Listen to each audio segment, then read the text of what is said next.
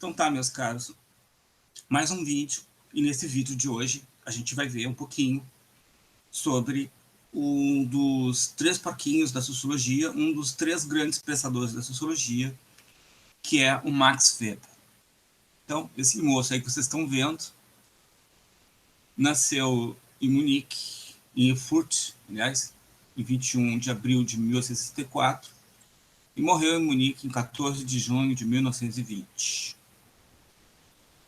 Ele é relativamente contemporâneo do Durkheim, e a gente pode dizer que os dois, então, vivenciam a Primeira Guerra Mundial, e o Weber, como vive um pouquinho mais que o Durkheim, ele consegue pegar também a Revolução Russa. Claro que ele não sobrevive ao todo o desdobramento da Revolução Russa, que ocorre em 1907, depois da morte do Lenin, ainda na década de 20. Então, o Weber vai ter um texto analisando a Revolução Russa, mas não é um texto muito significativo, justamente porque ele só pegou o início do processo revolucionário. Quem era, então, esse sujeito chamado Max Weber, né? Conhecido como Max Weber? Ele estudou Direito, estudou bastante Filosofia, Economia e História. E teve uma vida profissional dentro das universidades, mas diferente do Durkheim, que teve uma vida linear, uma vida tranquila, uma vida de sucesso, e um sucesso constante. O Weber, ao contrário, justamente porque ele sofria de várias enxaquecas, fez com que a obra dele fosse bastante irregular. A participação dele na universidade era marcada com muitas licenças em função da saúde dele, que era relativamente debilitada. Os três principais livros do Weber. O Weber, assim como o Marx, tem muitas obras incompletas, muitas obras soltas, que foram sendo reunidas em um outro livro, ao contrário do Weber, que tem uma obra redondinha e bonitinha, as traduções do Max Weber. Em relação à tradução, a gente pode dizer que o mais feliz desses três aqui, em relação ao mercado brasileiro, foi propriamente o Marx. Justamente porque o Marx tem essa ligação com a questão da militância, a questão da formação dos partidos comunistas no Brasil, na década de 20, depois mais adiante. A gente pode dizer que o Marx foi mais feliz em atingir o mercado brasileiro de traduções e publicações de livros. Falando no Marx, não a indivíduo, obviamente, porque ele já estava morto quando ele chega ao Brasil, né? Mas enquanto um autor importante. Tanto Weber quanto o Durkheim têm traduções esparsas, poucas traduções, e só agora, nesse mundo mais globalizado, que a gente consegue encontrar a obra do Max Weber e a obra do Emílio Durkheim de uma forma um pouquinho mais fértil, digamos assim. Né? Mas até a década de 80, 90, tu encontrava 1, 2, 3 livros, e às vezes títulos diferentes, mas era o mesmo livro, o tradutor dava uma tradução diferente para o título e assim por diante. Né?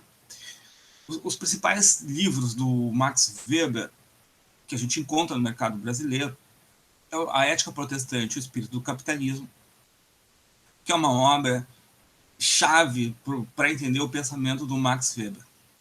Nessa obra, ele vai explicitar um conceito que a gente vai ver daqui a pouco, que é o conceito de visão de mundo, e aqui ele vai passar uma análise do surgimento do capitalismo, em que ele vai relacionar a questão da visão de mundo, que é um conjunto de valores. E aqui o interessante é mostrar o capitalismo, o surgimento do capitalismo com um rompimento, com uma visão de mundo medieval relativa à Igreja Católica. Estamos falando do mundo europeu, isso tem que ficar bem claro quando a gente fala no capitalismo do século XIX, no capitalismo do século XVII, quando a gente fala em absolutismo, quando a gente fala em Idade Média, estamos nos referindo especificamente ao mundo europeu.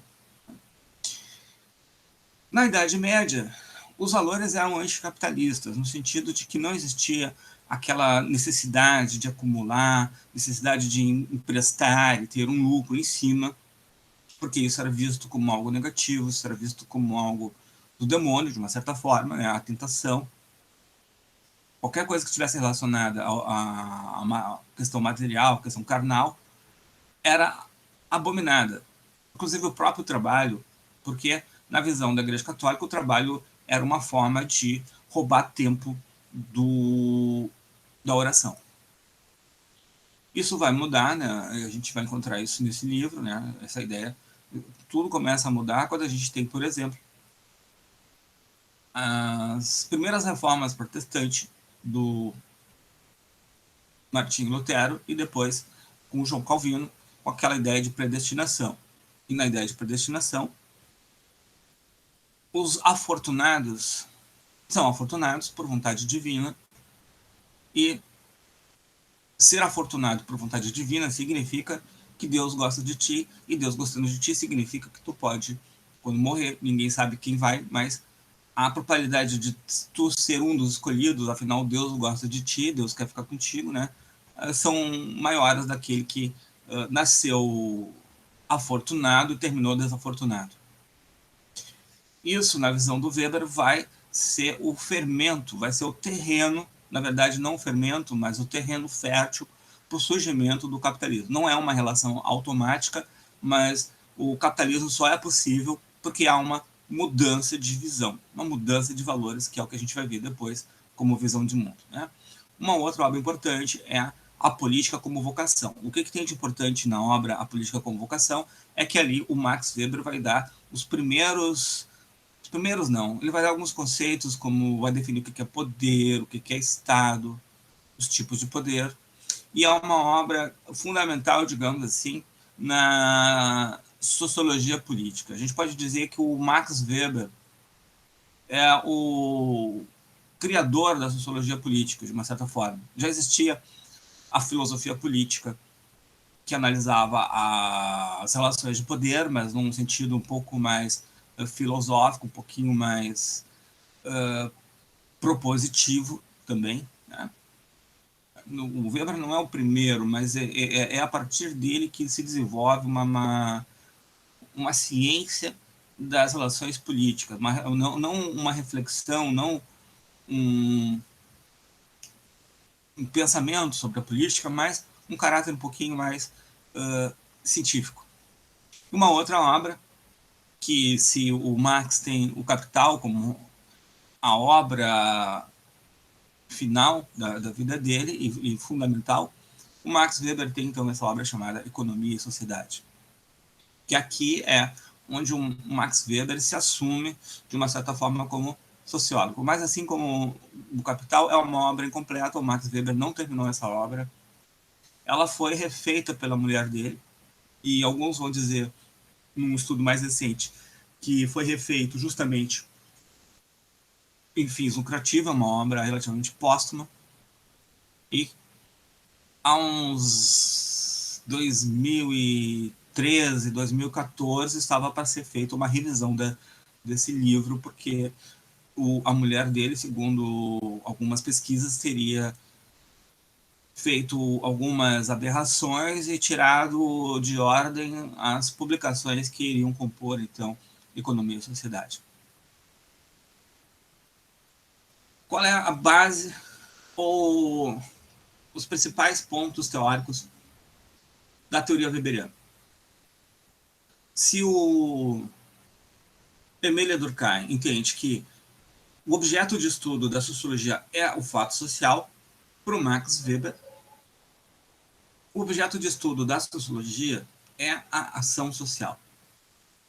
Um ponto importante e fundamental: ação social, para ser ação social, como o nome diz, e não uma ação psicológica, para ser objeto de estudo da sociologia e não da psicologia, necessariamente tem que envolver dois indivíduos. Se não houver dois indivíduos, não é uma ação social. Logo em seguida, a gente vai ver a tipologia da ação social.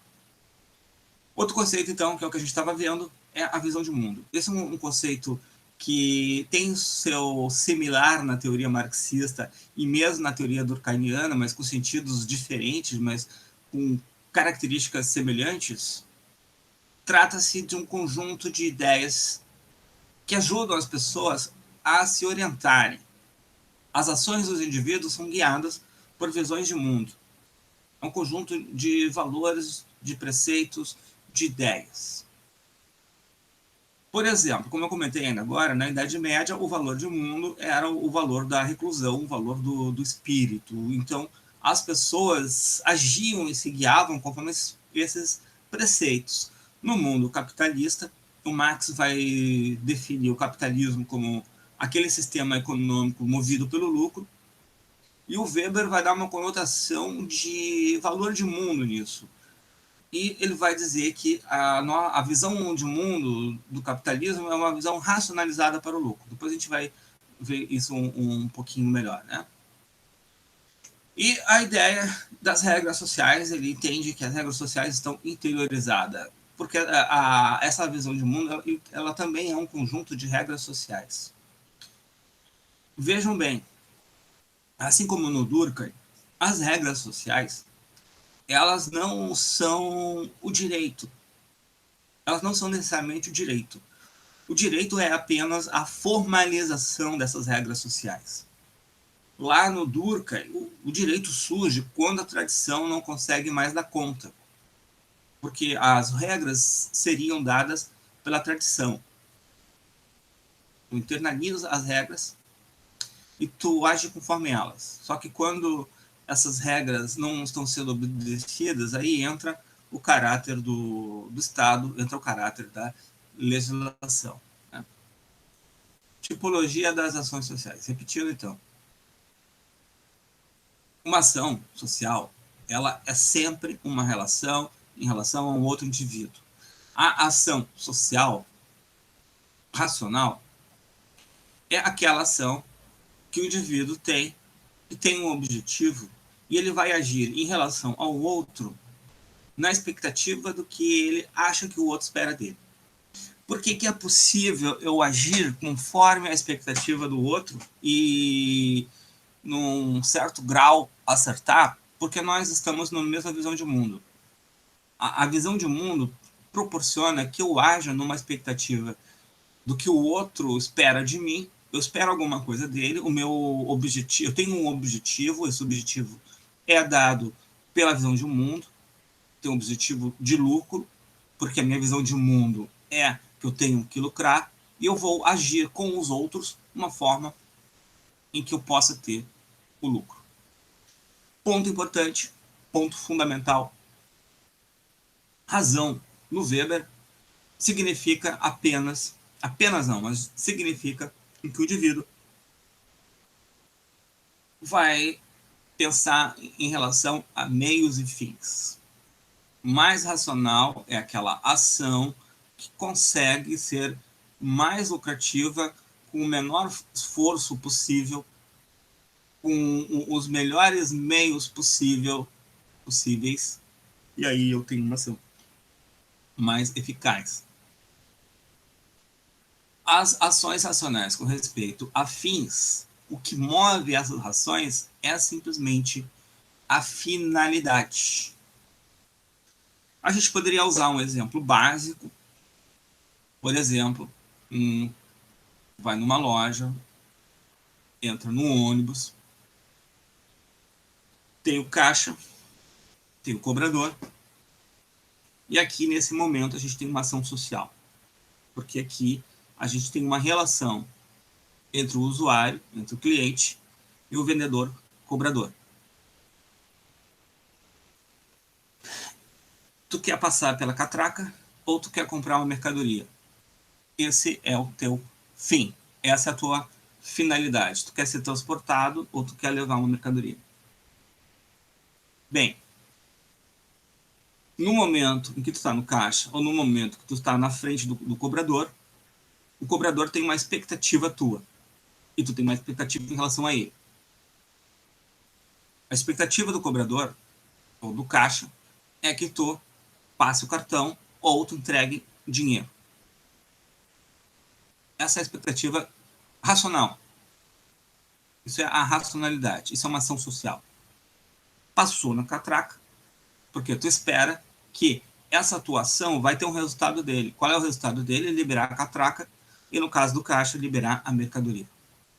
Então, essas ações básicas que a gente vê basicamente no comércio, né, é o que a gente vai chamar, então, de ação racional com respeito a fins. Basicamente, são ações de caráter econômico. Tu tem uma ação, tu tem um objetivo, tu quer lucrar, e tu vai ser racional para isso, e tu vai agir conforme tu vai conseguir convencer o outro. Quer um emprego, vai numa entrevista, e aí tu vai ter que elogiar aquela firma na frente do entrevistador, porque não seria racional tu querer um emprego numa firma e tu disser para o entrevistador que tu odeia aquela firma. Não seria racional. Tu vai elogiar a firma porque tem um objetivo por trás que é ser aceito. Goste ou não goste daquela firma, tu quer ser aceito, tu precisa do emprego, então tu vai ter uma ação social, racional com respeito a fins. Tu sabe muito bem o que tu está fazendo. Ação racional com respeito a valores. Aqui a finalidade, o resultado final da ação é o que menos importa. Vai ser racional porque tu vai usar meios racionais. Mas digamos que num outro momento, e que tu não quer uma vaga naquela firma, e tu sabe que aquela firma, por exemplo, ela é predadora do meio ambiente, tu vai fazer uma manifestação. O mais importante é o que te leva a fazer aquilo. Tu vai ser racional, porque tu vai pensar que o que tu vai fazer tem um sentido, tem uma razão, vai causar um impacto em alguém. Se vai ter o resultado esperado, que faz com que aquela firma, de fato, vá se preocupar em não poluir, é outra coisa. Mas o fato é que tu está agindo porque tu acredita naquilo. Então, é uma ação racional com respeito a valores. Não é uma ação econômica. As ações econômicas são basicamente as ações com respeito a fim. Aí a gente tem as ações sociais tradicionais, que são aquelas que o sujeito age conforme a tradição. O exemplo mais comum desse tipo de ação social tradicional é social porque ele está no meio social, ele quer causar um impacto social, ele quer ser reconhecido por aquela ação. O mais comum é o sujeito estar passando por uma igreja e faz o sinal da cruz. Ele está dizendo naquele momento, olha, eu sou católico, então eu quero ser reconhecido como católico, mas não tem nenhuma finalidade, nem tem um respeito a valor, nem um sentido econômico, é simplesmente uma ação que é o peso da tradição, ele assume aquela tradição, ele faz aquela ação, né? E aí a gente tem, então, por fim, a ação afetiva. O que é uma ação afetiva? É aquela que não é a tradição, não é a razão, não é nenhum valor. É aquele momento irracional em que o sujeito explode no trânsito e fica buzinando disparadamente, como se o indivíduo da frente pudesse passar por cima dos outros carros, né? Isso é o que a gente vai chamar, então, de ação afetiva, ou ação irracional. Bem, fica aqui, então, algumas dicas de leitura. Vocês vão encontrar alguma coisa no meu site, embora seja algo bem didático, voltado para o ensino médio, mas pode ser uma leitura inicial, ok? E então, é isso, galera. Até o próximo vídeo.